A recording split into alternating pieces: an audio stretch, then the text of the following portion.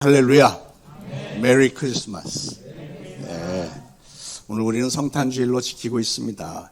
오늘은 성탄절에 등장하는 인물들을 우리가 좀 생각하게 되는데요. 해마다 성탄절이 되면 생각나는 인물들이 많이 있지만 그 중에서 저는 성탄절 하면 제일 먼저 생각나는 사람은 마리아와 요셉이 생각납니다. 이 두 사람은 제가 어렸을 때부터 성탄절만 되면 항상 주인공처럼 나타나죠. 연극을 하든지 뭘 하든지 간에 항상 마리아와 요셉이 무대에 서 있었습니다. 그림에 보면 마리아는 상당히 성숙한 여인처럼 보이지만 일설에 의하면 실질적으로 그 당시 결혼 문화를 보면 16살 어린 처녀였다고 합니다. 그 당시 이스라엘에서는 결혼하지 않은 처녀가 임신을 하면 사람들이 돌로 때려서 죽이기까지 했던 그런 시대였습니다. 그러니 이 어린 소녀가 자기의 배가 불러오는 것을 보면서 얼마나 무섭고 당황했을까요? 또 요셉은 어땠겠습니까? 요셉은 마리아를 사랑했고 그와 약혼한 사이였는데 아직 손도 잡아보지 못한 분위기인데 어떻게 이런 일이 하면서 정말 충격적이고 황당해하지 않았겠습니까? 다행히 천사가 요셉에게 나타나서 마리아 뱃속의 아기는 성령 하나님에 의해서 잉태된 아기다 이렇게 말해줘서 오해는 풀었지만 그래도 그 마음에 불편함이 없잖아 있었겠죠. 또한 그 어두컴컴하고 지저분하고 짐승의 배설물 냄새가 펄펄 나는 마구간에서 이 젊은 청년 요셉이 혼자서 자기의 약혼녀의 회사나는 뒷바라지를 어떻게 했을까? 뭘 알고 했을까? 탯줄은 어떻게 잘라냈는지 또 아기 목욕은 잘 시켜줬는지 뭐 이런 게 막 걱정이 되는 거예요. 요셉은 가만히 보면 이 주변머리가 별로 없었던 사람인 것 같아요. 오죽 주변머리가 없었으면 해산하는 약혼녀가 지금 아기를 당장 낳아야 되는데 묵을 방도 잡지를 못해서 겨우 마구간에 들어가서 아기를 낳게 했을까? 아무리 방이 없다고 해도 정말 그런 상황이 되면 아무데나 비집고 들어가서 누구를 쫓아내고서라도 자기 약혼녀를 아기를 편하게 좀 낳게 해줬어야 되는 거 아니에요? 그래서 성탄절만 되면 이 젊은 예비 부부의 막막했던 상황이 안타깝게 생각이 들어서 자꾸 생각에 떠오르는 것 같습니다. 두 번째로 생각나는 사람은 동방박사들과 목자들입니다. 제가 보기에 이 사람들은 인류 역사상 가장 뜻있는 성탄절을 맞이했던 축복받은 사람들이라고 생각을 합니다. 그 당시 이미 700여 년 전부터 이사야 선지자나 다른 선지자들을 통해서 메시아가 탄생하리라고 예언이 되어져 왔고 그래서 이스라엘 백성들은 그 로마의 통치하에서 이제나 저제나 메시아를 기다렸는데 온 민족이 그 오랜 세월을 그토록 기다렸던 메시아를 가장 먼저 만나는 영광을 차지한 사람들이 바로 이 동방박사들과 목자들이었잖아요. 동방박사들은 별을 보고 알게 되었고 목자들에게는 천사가 찾아와서 메시아의 탄생을 알려주었습니다. 그랬기에 제일 먼저 찾아가서 아기 예수께 경배를 했고 예물까지 드렸던 경배자들이 됐던 거죠. 그래서 저는 해마다 성탄절이 되면 참 부럽다 이런 생각이 들어요. 실제로 태어나신 예수님을 제일 먼저 찾아서 경배했던 그 사람들. 그리고 시므온과 안나라고 하는 두 노인도 생각이 납니다. 이 두 사람은 오랜 세월을 매일매일 성전에 나와서 하나님께서 약속하신 메시아를 자기들의 육신의 눈으로 만날 날을 사모하면서 경건하게 살았던 노인들이었습니다. 메시아의 탄생을 보고서나 죽겠다고 결심을 했고 그렇기 때문에 늘 성전에 나와서 기도하면서 평생을 기다렸고 그리고 좋으신 하나님은 그들의 기도를 들어주셨기에 그들은 그 메시아 어린 아기 예수님을 품에 안아본 후에 그리고 세상을 떠났습니다. 얼마나 감격되고 영광된 순간이었을까요? 고귀한 뜻을 품었던 신앙인들, 그 아름다운 꿈과 소망을 품고 평생을 기다리면서 경건하게 살더니 결국에는 자기들의 귀한 기도 응답도 받았고 예수님을 품에 안아보고 간 사람들 얼마나 행복하고 보람있는 삶입니까? 그런데 가만히 보니까 이 모든 사람들에게는 공통점이 있었어요. 공통점이. 그게 뭘까요? 그것은 이 사람들은 모두가 다 메시아의 오심에 대한 계시를 받았고 그뿐 아니라 그 계시를 순수하게 믿었고 그 믿음으로 자기들이 해야 할 일들을 행동에 옮겼다는 사실이죠. 동방박사는 오래전부터 이상한 별이 나타나고 그 별을 통해서 계시를 받았고요. 목자들은 천사를 통해서 계시를 받았고 두 노인은 성령님께서 그들의 마음에 계시를 주셨는데 이 모든 사람들이 하나같이 다 자기들이 받은 계시를 순수하게 믿었다는 사실. 여러분 이렇게 순수하게 믿는다는 것이 얼마나 소중한 일입니까? 어떤 사람은 믿기는 믿는데 이것저것 뭐 빠듯하게 계산해가면서 믿는 사람들이 있죠. 예를 들면 주일이 되면 예배 드리러 가려면 1시간 전부터 일어나서 뭐 일찍이 준비를 해야 되고 교회 가는데 20분 돌아오는데 20분 예배 드리는데 이것저것 프로그램 뭐 하면은 1시간 반 또 끝나고 나면은 코로나가 없을 때는 1시간 정도 식사하고 성도의 교제 나누고 다 더해보니까 거의 4시간을 뺏기는 거예요. 와, 이 바쁜 세상에 매주 4시간을 교회에서 뺏겨? 이렇게 계산하는 사람들. 근데 여러분, 상식적으로는 그렇게 계산하면서 사는 사람들은 시간의 여유가 많아야 될 것 같잖아요. 시간 계산하면서 사는 사람 치고 시간 여유 있게 잘 지내는 사람 별로 없습니다. 그런 사람들은 신앙생활도 얼마나 힘들게 하는지 모릅니다. 좀 신앙생활을 쉽게 마음 편하게 자기 자신도 그냥 순수한 마음으로 신앙생활하면 자기도 편하고 자기 주변의 가족들과 성도들도 다 평안하고 축복도 많이 받을 텐데 말이죠. 또 이 사람들은 그들이 받았던 계시대로 하나님의 말씀에 순종해서 마국간으로 달려갔든지 아니면 성령님의 감동에 순종해서 평생을 성전에서 기다렸다고 하는 사실, 이게 중요한 거예요. 메시아가 오실 것이라고 하는 그 계시를 들었으면 그것을 소중하게 여겼고 또 그 예언을 진짜로 믿었으면, 그게 중요한 예언이라고 생각이 들었으면 자기의 삶의 초점이 그 한 가지에 완전히 꽂혀 있는 게, 집중되어 있는 게 당연한 것 아닌가요? 그들은 그렇게 삶의 모든 초점이 탄생하시는 메시아에게 맞춰져 있었기 때문에 하나님으로부터 특별하게 선택감을 받아서 이 엄청난 사건에 대해서 계시도 받았고 자기들이 받은 계시를 믿었고 자기들이 믿었던 그 믿음을 직접 행동으로 옮겼음으로 인해서 그들은 마침내 보상을 받았던 사람들입니다. 그랬기에 결국은 자기들의 눈으로 메시아의 탄생을 직접 목격하고 손으로 만져봤거나 아기 예수님을 안아보기까지 했던 참으로 부럽기 이를 데 없는 순수한 신앙의 소유자들이었습니다. 여러분, 신앙은 순수한 겁니다. 순수하게. 여러분, 하나님의 아들 메시아가 이 세상에 태어나는데 거기에 대해서 어떤 예언도 없었고 특별한 징조도 없고 계시도 없이 이 세상에 오셨을 리가 없잖아요. 그래서 이미 선포된 예언들을 믿고 사모할 때 그 사람들이 계시를 받았고 그런 그 사모하는 마음, 순수한 신앙이 있었으니까 그 계시를 받아들이고 믿었고 그리고 나서 믿음으로 행동으로 움직였던 사람들이 다 이렇게 예수님을 만날 수 있었던 것입니다. 오늘날도 다시 오실 예수님에 대한 계시들이 성경에 사방에 기록되어 있습니다. 그리고 실질적으로 그 징조들이 오늘날 점점 더 뚜렷하게 보여지고 있습니다. 자, 그렇다면 여러분은 어떤 신앙의 자세를 취해야 될까요? 우리가 오늘 보았던 그 사람들처럼 그 계시를 순수하게 믿고 성경이 요구하는 행동들을 좀 보여야 이게 정상 아닐까요?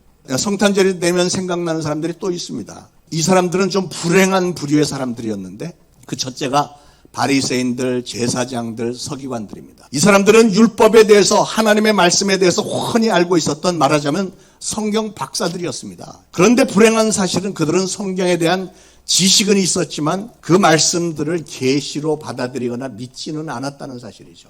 기가 막힌 상황 아닙니까? 그들에게는 하나님의 예언을, 하나님의 말씀을 그냥 진리로 받아들이는 믿음이 없었고 그랬기에 하나님으로부터 선택받지 못했고 그랬기에 아주 결정적인 순간에 보였어야 할 행동들을 보이지 못했던 겁니다. 성경의 예언으로 기록된 이 계시들을 알고는 있었지만 믿지는 않았고 그랬기 때문에 당연히 말씀 따라 살지는 않았다는 사실.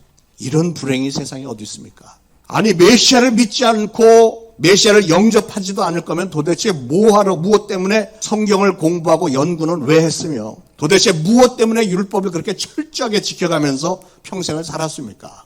그 인생 정말 시간 낭비고 정력 낭비 아니었나요? 동방 박사들은 그 멀리서도 이상한 별을 딱 보고선 그 별의 징조를 하나님께서 주시는 계시로 받아들였고 그 계시를 믿었으므로 그 먼 베들레헴까지 와서 경배를 드렸고 또 목자들은 성경 지식도 분명히 별로 없었을 텐데 그러나 천사들로부터 계시를 받았을 때 그들은 전적으로 믿었고 천사들의 인도를 따라 마국간으로 달려갔기 때문에 말구유에 놓여져 있었던 예수님을 발견했고 그에게 경배를 드릴 수 있었고요. 시므온과 안나 이 두 노인은 성령님의 계시를 받았을 때 그 계시를 믿었고 그랬기 때문에 평생을 성전에서 기다리다가 마침내는 아기 예수님을 만나서 안아보는 영광을 얻었다는 것입니다. 그와는 반대로 이 바리새인들과 제사장, 서기관들은 그 누구보다도 성경 지식이 가장 많았고 또한 예수님이 탄생하신 베들레헴에 누구보다도 가까이 살고 있었음에도 불구하고 메시아가 탄생하신 사실을 꿈에도 전혀 모르고 있었으며 그리고 사실은 동방 박사들로부터 얘기를 들은 후에도 예수님을 찾아가서 만나볼 생각조차 하지 않았다는 사실. 기가 막힌 거 아니에요? 얼마나 답답하고 불행한 일입니까? 이게 바로 생명이 없는 죽은 신앙인의 모습 아닙니까? 오늘날 신앙생활하는 저와 여러분도 마찬가지예요. 조금 아까 언급했지만 다시 오실 예수님 그리고 세상 마지막 날의 징조들이 지금 뚜렷한데 거기에 대해서 그냥 무방비 상태로 멍하니 있었어야 똑같은 현상이 벌어지지 않겠어요? 아, 이제 우리 예수님은 반드시 속히 오신다고 하신 말씀대로 곧 오시겠구나. 이런 믿음이 있고 만반의 준비를 갖춰야 이게 신앙인 아니겠습니까? 말세지말이라고 하는 이때 성경 말씀에 의하면 예수님은 조만간 공중 재림하실 텐데, 그렇다면 그때가 오면 우리 예수 그리스도를 영접하고 믿고 따르는 우리들은 호련히 신령한 몸으로 변화가 되어서 들려올림을 받게 될 텐데, 그것을 우리가 만반의 준비를 갖추면서 살고 있어야 되지 않겠느냐 하는 겁니다. 그래서 저는 성탄절만 되면 이 두 부류의 사람들을 생각하게 되는 거예요. 첫 번째 부류는 사모하는 마음이 있었기에 계시를 받았고 그 계시를 순수한 믿음으로 믿었고 그 믿음대로 삶의 행동으로 살았던 그 사람들, 그랬기 때문에 놀라운 영광과 축복을 받았던 이 부류와, 또 반대로 성경의 지식은 많았으나 사람들로부터 종교의 지도자로 인정까지 받았지만 순수한 믿음은 없었기 때문에 계시도 없었고 행동에 옮길 만한 신앙의 열정도 없었던 연고로 예수님의 탄생을 영접하기는커녕 알지도 못했던 종교 지도자들의 대조적인 안타까운 모습을 생각하게 되는 겁니다. 또 생각나는 한 사람은 여관 주인입니다. 여관 주인. 이 사람 참 한심한 사람이죠. 온 민족이 수백 년 동안 기다려왔던 메시아 하나님의 아들이 자기 집에서 태어나는 영광이 주어졌는데도, 가만히 있었는데도 이런 복이 굴러 들어왔는데 이 사람은 전혀 그 사실을 알지도 못했습니다. 그런데 이 사람 왜 그랬죠? 왜냐하면 그에게는 계시도 없었고 믿음도 없었고 그의 관심사는 온통 명절 대목 챙기는 일에만 꽂혀 있었기 때문에 그렇습니다. 상식적으로 만약에 이 여관 주인이 인간성이 제대로 돼 있는 사람이었다면 멀리서 여행 온 이 젊은 여인이 해산하기 일보 직전인데 방을 좀 달라고 문을 두드렸을 때 방이 꽉 찼더라도 여관 주인이 하나 정도는 만들 수 있지 않겠어요? 정 없으면 자기 방이라도 좀 줬어야지. 그러나 인간적인 기본적인 도리보다는 돈이 훨씬 더 중요했던 이 사람은 온 민족이 오랫동안 기다려왔던 메시아가 자기 집에서 태어났는데도 그를 푸대접하고 말았습니다. 얼마나 한심하고 씁쓸하고 하나님 앞에 송구스러운 모습입니까? 성탄절에 생각나는 또 한 사람이 있는데 이 사람은 바로 헤롯 왕입니다. 자기가 통치하고 있는 이 땅에 하나님의 아들이 메시아로 오셨는데, 태어나셨는데 이 왕은 모르고 있었습니다. 더 기가 막힌 사실은 동방박사를 통해서 그 사실을 알게 됐을 때 예수님을 환영하기는커녕 그 메시아를 죽이려고 군사를 풀기까지 했다는 것, 기가 막힌 사실이죠. 왜 이런 일이 생기죠? 그것은 하나님의 계획에 대한 계시가 그 마음속에 없었고 믿음도 없었고 그 사람의 관심사는 오로지 권력밖에 없었기 때문에 새 왕이 태어나셨다니까 자기 왕자리 뺏길까 봐 그것만 걱정하면서 전전긍긍했던 불쌍한 인생이었습니다. 자기의 이기심 때문에 피해의식에 사로잡혀서 메시아를 죽여버리려고까지 했던 이 악한 행동, 이것처럼 불행한 일이 세상에 어디 있습니까? 사랑하는 여러분, 이렇게 성탄절은 어떤 사람에게는 감격스럽고 감사하고 영광스러운 날이지만, 그러나 계시가 없고 믿음이 없는 사람들에게는 성탄절이 되면 사람들이 술 퍼마시고 막 휘청거리고 밤새 몰려다니면서 환락에 취하고 많은 죄를 짓는 날이 되어버린 것 같습니다. 그러나 사랑하는 여러분, 성탄절은 그렇게 방탕하게 흥청망청 보내기는 너무나도 송구스러운 뜻이 담겨있는 날인 것을 우리 믿는 성도들은 분명히 알아야 되겠습니다. 자, 성탄절에 담겨있는 뜻 첫 번째는 섬김의 정신입니다. 하나님의 아들이 사람, 인간의 몸으로 이 땅에 태어나셨습니다. 하늘의 영광 다 던져버리시고 자기 자신을 낮추셔서 인간의 신분으로 이 땅에 오신 겁니다. 그런데 예수님이 왜 인간의 육신을 입으시고 이 땅에 오셨을까? 놀랍게도 예수님은 우리 인간들을 섬기려고 오셨다고 말씀하셨어요. 하나님께 참으로 불충성하면서도 교만하기까지 한 우리 인간들을 섬기려고 오셨대요. 섬김의 정신, 이게 바로 첫 번째 성탄의 고귀한 뜻인데, 여러분, 하나님의 아들이 이 누추한 세상에 오셨으면 사람들은 그를 열렬히 환영하고 영접을 했어야 됩니다. 그러나 인간들은 예수님을 누추한 마구간에 태어나도록 홀대했고 태어나자마자 죽여버리려고 했고, 그리고 나중에는 마침내 배신을 했고 십자가에 매달아 죽여서 결국은 돌무덤에 가둬버렸습니다. 그런데도 예수님은 전혀 개의치 않으셨어요. 왜냐하면 예수님은 나는 어차피 섬기러 왔으니까, 섬기러 오셨으니까. 그래서 오늘 본문에도 나는 섬기러 왔다 말씀하셨고, 예수님은 평생을 섬기는 본을 보이셨습니다. 이 땅에서 예수님의 일생은 항상 종의 자세로 섬기는 삶을 사셨던 것을 우리는 너무 잘 알고 있죠. 이렇게 섬기는 삶의 본을 스스로 보이면서 오늘 본문 43절에서 예수님이 이렇게 말씀하셨어요. 누구든지 크고자 하는 자는 너희를 섬기는 자가 되고 누구든지 으뜸이 되고자 하는 사람은 모든 사람의 종이 되어야 하리라. 성탄절 예수님의 탄생에 담겨있는 이 아름다운 섬기는 정신을 우리가 반드시 마음에 새기시고 저와 여러분의 삶에도 섬기는 것을 항상 실천하시길 바랍니다. 자, 성탄절에 담겨있는 두 번째 뜻은 대속의 정신입니다. 대속. 영어로는 atonement라고 하는데 대속이 무슨 뜻이죠?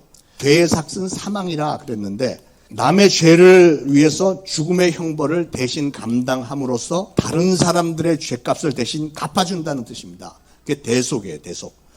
예수님은 우리 인간들의 죄를 대속하시기 위해서, 즉 모든 인류의 죄를 한 몸에 다 짊어지시고 대신 죽어주시기 위해서 이 땅에 오신 겁니다. 많은 사람들이 성탄절만 되면 모두 들뜨고 즐거워하는데 과연 무엇을 위한 즐거움이죠? 죄로 인해서 죽을 수밖에 없었던 우리 인간들, 죄로 인해서 저 지옥 유황불못에 떨어질 수밖에 없었던 우리 인간들을 구원해 주시기 위해서 오셨다는 사실이 너무나도 감격스럽고 감사하고 기뻐서 축하하고 감사하는 저와 여러분들이 되시기를 바랍니다. 하나님의 아들이신 예수님이 이 땅에 인간의 모습으로 오셨다는 사실만도 정말 황송한 일인데 게다가 인간들을 위해서 스스로 제물이 되어 주셨다는 사실이 너무 송구스러운 일 아닙니까? 다른 어떤 종교에는 인간이 신에게 제물을 바치는 제사 중에 심지어는 자기의 아들, 딸까지도 바치고 했잖아요. 그러나 성탄은 오히려 그 반대로 하나님께서 인간을 위해서 하나님의 독생자 외아들을 제물로 바쳐주신 대속의 사건입니다. 이게 얼마나 엄청난 희생이며 얼마나 어마어마한 사랑의 표현입니까? 그 사랑을 진심으로 감사하는 성탄절기가 되기를 축원합니다. 성탄이 지닌 세 번째 의미는 희생정신입니다. 하나님의 아들이 인간의 육신을 입으시고 이 땅에 오셨다는 사건 자체만으로도 엄청난 희생이었죠. 예수님이 아기로 태어난 자리는 마구간이었습니다. 집에 개를 키워보신 분은 알겠습니다만 개 한 마리만 키워도 매일매일 청소를 해줘도 얼마나 비위생적이고 냄새가 많이 납니까? 그런데 마구간은 한 마리가 아니고 수많은 짐승들이 제 멋대로 막 갈게 되고 청소도 제대로 안 하는 데가 마구간입니다. 위생 상태나 냄새나 불결함이 어땠겠습니까? 그런 더러운 곳, 그런 지저분한 곳에 예수님은 태어나셨어요. 그것뿐만이 아니고 예수님은 태어나자마자 피난길에 나섰습니다. 사람들을 구원하기 위해서 이 땅에 오셨는데 이 사람들이 예수님을 태어나자마자 죽이겠다고 군사를 풀어서 쫓아다니니까 그래서 피할 수밖에 없었죠. 마지막 순간에는 우리 인간들의 죄를 한 몸에 다 뒤집어 쓰시고 십자가에 달려 돌아가셨습니다. 이런 희생이, 이런 낮아짐이 세상에 어디 있습니까? 성탄은 하나님의 아들이신 예수님의 철저한 희생이었습니다. 그래서 성탄절에는 사랑하는 사람들끼리 선물 주고받고 즐기는 것만으로 다 할 수 없는 것이고 더군다나 술에 취하고 방탕하는 것은 하나님의 사랑에 대한 모독이라고 할 수밖에 없습니다. 적어도 성탄 속에는 제가 지금까지 말씀드린 이런 아름답고 위대한 정신이 들어있다는 것을 기억하시기 바랍니다. 어떤 정신이라고요?